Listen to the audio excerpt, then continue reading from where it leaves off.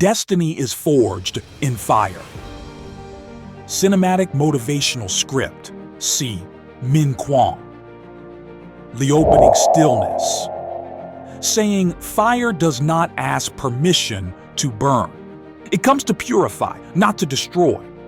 Those who dare to stand within its light become what they were always meant to be. Original stillness, saying by Minh Quang Le. 1. The spark of trial. Every destiny begins with a spark. But that spark is not comfort. It's conflict. It's the collision between who we are and who we must become. When the universe wants to create something extraordinary, it doesn't wrap it in silk. It throws it into fire. Abraham Lincoln was not born a hero. He was born into poverty, failure, and loss. He lost elections. He lost his business. He even lost the woman he loved. But each loss burned something away. His pride, his illusions, his fear, until only purpose remained. And from that fire, a man of steel emerged. The same fire that destroys the weak refines the strong. And Lincoln's fire was the Civil War. A nation divided, tearing itself apart. Yet, in the middle of that furnace, he forged the destiny of freedom. Fire is not an enemy. It is the sacred forge of transformation. Without it, gold would remain dull and the human spirit would never shine. 2. The fire within some fires are external. Wars, losses, heartbreaks. But the fiercest fire burns within. It's the one you face when the world doubts you, when silence surrounds you, when you must hold your faith alone. Marie Curie faced that fire. In an age when women were denied laboratories and recognition, she entered the unknown with nothing but a dream and discipline. The radiation she discovered would later take her life, but not before she gave the world light. Her fire was invisible, but it glowed with the intensity of purpose. Every discovery she made was born from nights of solitude, from rejection, from exhaustion, yet she kept going. Because once you find your fire, you no longer fear the dark. Florence Nightingale, too, knew the heat of rejection. A woman from a noble family, expected to live gently. Instead, she chose the path of blood, pain, and war. During the Crimean War, she walked through fields of death with only a lamp and compassion as her light. Her fire was not in her anger, but in her mercy. And mercy, when it refuses to die, becomes an unbreakable flame. The inner fire cannot be extinguished by circumstance. It burns through tears, through ridicule, through the weight of impossibility. Those who follow its glow walk not toward comfort, but toward destiny. 3. The forging of destiny. Destiny is not found by chance. It is forged, hammered, and tempered through endurance. Leonardo da Vinci painted beauty, but behind every masterpiece was failure, obsession, and years of solitude. He was ridiculed as a dreamer, accused of heresy, mocked for his machines that would never fly. Yet, his mind, like molten metal, refused to harden before its time. He burned from within until his vision shaped the modern world. Fire doesn't just create art, it creates vision, and every visionary must walk through it. When Winston Churchill faced the darkest hour of war, he was already a man who had known failure. He had been dismissed, doubted, and forgotten. But as bombs fell over London, he stood before his people and said, "We shall never surrender." That was not bravado. That was forged conviction. He had walked through his own fire long before the world saw his courage. Destiny is not the absence of fire. It is the mastery of it. Each challenge you face, each heartbreak you endure is heat applied to your soul. Do not curse it. Welcome it. Because what burns today becomes your strength tomorrow. In Japan, the great samurai Miyamoto Musashi wrote the Book of Five Rings after surviving countless duels. He lost friends, family, and peace. But through battle, he forged not just skill, but understanding. He learned that the sharpest sword is the one that cuts through illusion. And sometimes, the hardest victory is the one over your own fear. Destiny does not come to those who wait in comfort. It comes to those who stay inside the fire until it no longer hurts. 4. The human stories of fire. The fire of destiny burns across centuries, from Harriet Tubman guiding slaves through the night to Beethoven composing symphonies while deaf.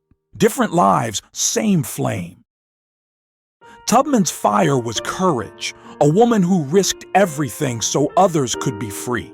Each step she took through darkness was a declaration that freedom is worth the heat. Beethoven's fire was purpose. Though silence stole his music, his soul continued to sing. He once wrote, "I will seize fate by the throat." That was not defiance of destiny. It was partnership with it. Every age has its firewalkers. Some are scientists, others soldiers, others poets. What unites them is not talent, but endurance. They did not escape the flame, they transcended it. You too are called to this fire. It may come as loss, as failure, or as betrayal, but its purpose is not to end you. It is to end what is false within you. And when that happens, the real you begins to emerge, not fragile, but forged. 5. Lessons from the flame. If life has taught us anything, it's that greatness is born from heat. A diamond is just carbon until it endures unbearable pressure. A sword is just metal until it's beaten and burned. And a human being is just potential until they face their fire. Your destiny is hidden inside your trials. Every disappointment is a hammer. Every heartbreak, a spark. Together they forge the shape of who you are meant to be. When you feel surrounded by flames, remember, you are not in a place of punishment. You are in the workshop of purpose. There are no shortcuts through the forge. You cannot skip the heat and still expect to shine, because the shine is the proof of the fire. Pain is not a curse, it's a calling. A whisper from destiny saying, stay. Don't run, you're being refined. And one day, you will look back at what once burned you and realize it didn't destroy you, it revealed you. 6. The flame of becoming. When the fire fades, what remains is essence, pure, quiet, unbreakable. You no longer chase destiny, you become it. You stop asking, why did this happen to me? And begin saying, this happened for me. That's when transformation completes.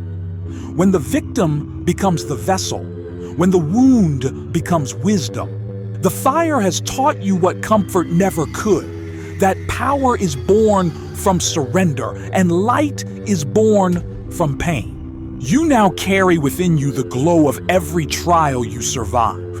You no longer fear the storm because you've seen your own lightning. Your destiny was never written in the stars. It was written in your scars. Each one tells a story of how the flame kissed you, and you did not burn. You became luminous. So when life tests you again, stand still. Remember the forge, remember the fire, and whisper, I've been here before. I am the steel that fire could not break.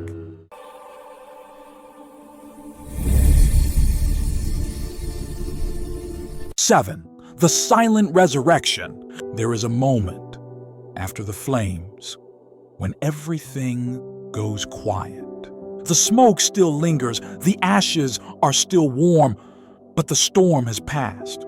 That moment, that silence, is where rebirth begins. No one talks about the stillness after survival. Everyone sees the fire, but few understand what happens when it ends. You are left standing amid ruins, unsure who you are, because the person who entered the fire is no longer the one who came out. You have changed, but the world doesn't know it yet. This silence is sacred.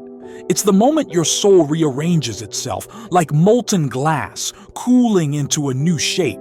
It's the phase when you learn to breathe again, slowly, cautiously, realizing that the air tastes different now. You no longer crave noise because you've learned to listen to the voice within. You no longer chase light because you've discovered it inside you. Every great rebirth begins in silence. After all, even the phoenix must rise alone in the soft dawn after the fire has gone out. So do not rush to rebuild. Do not hurry to move on. Let the silence speak. Let the ashes settle, for only then will you see. Beneath the ruin, a quiet glow remains. That glow is not weakness. It is the gentle heartbeat of resurrection. History remembers heroes for their battles, but destiny remembers them for their stillness, for how they stood, unshaken, when the flames had nothing left to take. And that's where real power begins, not in the roar of fire, but in the silence that follows. 8. The eternal fire. If there's one truth the fire teaches, it's this: nothing truly ends. The fire that once tested you now lives within you.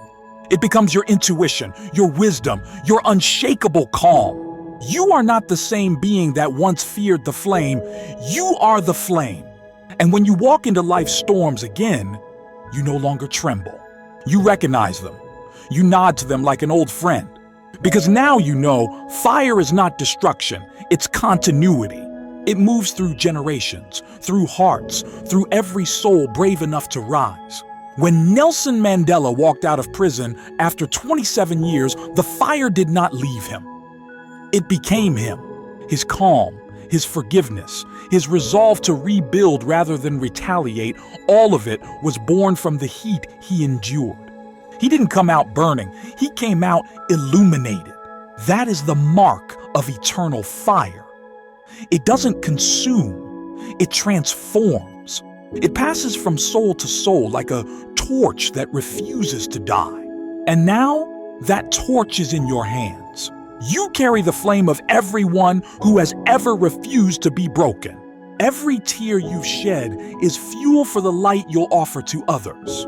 You are not just surviving, you are transmitting fire. Because destiny, once forged, does not fade with time. It continues to burn quietly in the dark, guiding those who come after you. Someday, someone will stand before their own fire and remember your story. And in that moment, your flame will live again. That is how destiny works. It is not a destination, but a cycle of transformation. Every life touched by fire becomes light for another. So when you look back at the fire that shaped you, do not see pain. See passage. See the sacred covenant between destruction and creation.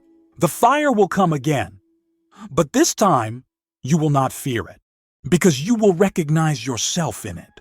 The fire that tested you now bows to your light. What once consumed you now obeys your flame. Minh Quang Lee. You now bows to your light. What once consumed you now obeys your flame.